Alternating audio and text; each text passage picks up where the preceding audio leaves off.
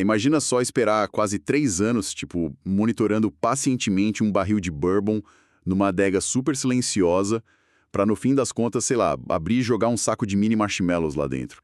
Nossa, sim. Soa quase como um crime para quem é mais purista, né? Pois é, total. Mas hoje o nosso mergulho vai justamente nos manifestos de produção e nos dados da Forger Brewery sobre uma criação deles chamada In the Weeds. A nossa missão é desvendar as engrenagens dessa Imperial ou Double Pastry Stout. Que é uma categoria bem específica. Exato. E para quem acompanha e não está muito familiarizado com o jargão, uma Pastry Stout é tipo literalmente uma sobremesa líquida no copo. É como pegar a ficha técnica de uma bebida e achar que está lendo a receita de um restaurante com estrela Michelin. Eu fiquei muito curioso com isso. E eu fico fascinada com a fundação que sustenta toda essa ambição gastronômica dele, sabe? Porque a base da In The Wheats tem um teor alcoólico cravado em impressionantes 16,2%. Caramba, 16%? Não é pouca coisa. E ela passou 29 meses maturando num único barril de bourbon Elijah Craig de 8 anos.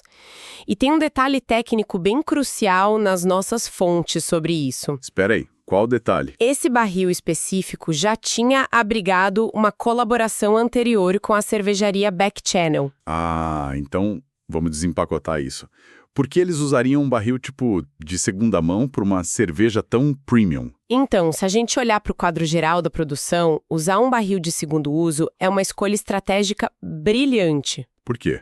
Porque na primeira vez que a cerveja envelhece na madeira, ela extrai os taninos mais agressivos, aquela mordida forte do carvalho, sabe? Ah, entendi.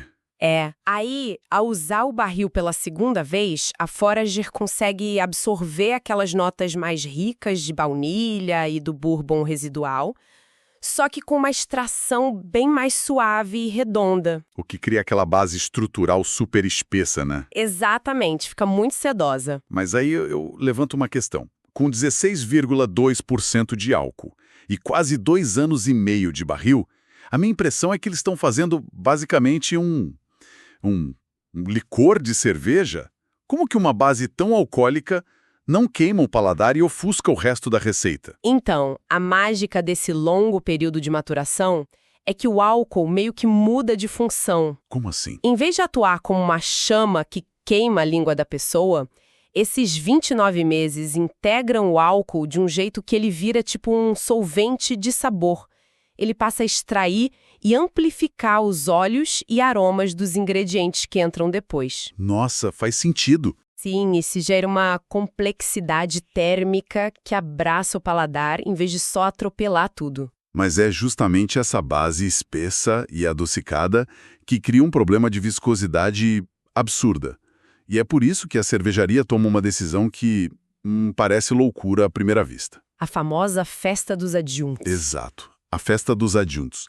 E adjunto é o termo técnico para qualquer ingrediente não tradicional que vai na cerveja. O trio da Forager, que eles mesmos chamam de Gruesome Threesome, juntou forças com a turma lá de Spring Park e a Groovy Gang. Os apelidos são os melhores. São sensacionais. E eles adicionaram amendoim torrado, mini marshmallows, nibs de cacau tostados e sal marinho. A própria cervejaria descreve essa mistura como música para a alma. É quase poético. E os números de recepção mostram que funcionou, né? Porque a cerveja continua ativa, está em produção e tem 126 check-ins registrados.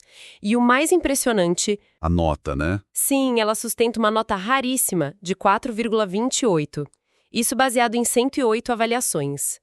É o contraste conceitual que explica essas notas tão altas. É a extrema seriedade do envelhecimento na madeira cruzando com a leveza dos marshmallows. Perfeito. E olhando para essa lista de ingredientes, a minha primeira reação foi achar que ia ser um xarope super enjoativo. Mas notando o sal marinho na receita, me parece muito com alta confeitaria. Com certeza. É a mesma intenção de quando fazemos um caramelo, sabe? O sal entra para quebrar a saturação, para não deixar virar só um doce líquido enjoativo. É ele que salva a bebida. Esse é o ponto exato. O sal não é só um tempero ali. Ele atua meio que como um semáforo neurológico. Sem o sal, os receptores de açúcar da língua iam saturar logo no primeiro gole. Ia ficar intragável. Pois é, o sal limpa as papilas gustativas e aí permite que a pessoa perceba as notas mais profundas e amargas do cacau tostado e até aquele lado umami do amendoim. É pura engenharia de sabor. Então, o que isso tudo significa no fim das contas? A In The Weeds meio que prova que uma paciência implacável de 29 meses, junto com essa ousadia de usar ingredientes lúdicos, pode resultar num produto genial. Isso levanta até uma reflexão importante sobre o momento atual da produção artesanal, porque o rigor técnico extremo não exclui a diversão. Na verdade, é a técnica impecável que deixa essa brincadeira de sabores funcionar sem desmoronar. Sim, perfeitamente colocado. E isso deixa um pensamento final bem intrigante para o pessoal que acompanha a nossa exploração pensar a respeito. A cervejaria usou um barril que já tinha toda uma história. Os ingredientes têm apelidos e são escolhidos de um jeito puramente nostálgico. É muita memória envolvida. Exato. Talvez o futuro das cervejas artesanais de elite não seja só sobre botânica e química super complexa, mas sim sobre curadoria de memórias. Quando uma bebida carrega notas de carvalho centenário, junto com os marshmallows da infância, a pergunta que fica é: em que momento ela deixa de ser cerveja, né? Pois é. Até que ponto estamos bebendo uma cerveja e até que ponto estamos pagando para engarrafar uma lembrança com 16% de álcool? Fica aí a reflexão. E assim chegamos ao final de mais um episódio do Beer Review, um podcast da Rare Beer Brasil. Aqui exploramos o universo das cervejas artesanais, com histórias, curiosidades e experiências que tornam cada gole especial.